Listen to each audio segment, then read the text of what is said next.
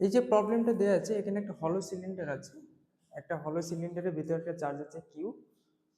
এখানে তিনটে সারফেস থাকে হলো সিলিন্ডারের ক্ষেত্রে, একটা এখানে সি সারফেস, বি সারফেস, এ সারফেস, মানে এটা যদি একটা সিলিন্ডার হয় তার তিনখানা সারফেস থাকবে, এই একটা সারফেস থাকবে, এই একটা সারফেস থাকবে, আর এই একটা সারফেস থাকবে।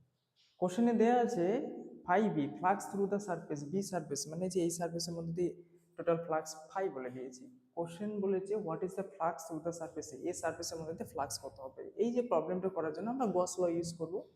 গস ল কি বলেছে, total flux this is equal to Q enclosed over epsilon naught, so Q over epsilon naught. যেহেতু এখানে কিউটা এনক্লোজড আছে, তার মানে আমরা কিউটা এনক্লোজড কিউ লিখতে পারি, Q over epsilon naught. Permittive, this is free space permittivity.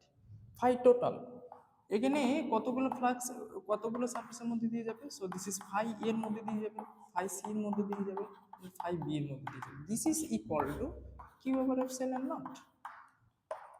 এইখানে সি সারফেস আর এ সারফেসের ক্ষেত্রে এখান থেকে ইলেকট্রিক ফিল্ডগুলো কি চারিদিকে এরকম ছড়াবে, বেরোবে।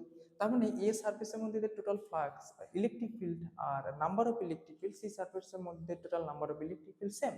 যেহেতু এরিয়া দুটো সেম, তার মানে এ সারফেস আর সি সারফেসের মধ্যে যে টোটাল যেটা ফ্লাক্স হবে দিস ইজ ইকুয়াল। তাহলে মানে আমরা ফাই এ আর ফাই সি সমান হলে আমরা লিখতে পারি two phi A equal to Q epsilon naught minus phi B. Phi B এর ভ্যালু দেওয়া আছে, ফাই বি দেওয়া আছে phi. So phi a equal to how much? This is equal to half of q over epsilon naught minus phi. And this is the answer. এই same অ্যামাউন্টের flux কিন্তু C সারফেসের মধ্যে দিয়ে যাবে, সি সারফেসের মধ্যে টোটাল ফ্লাক্স এটাও কিন্তু এটা হবে half of Q by epsilon naught into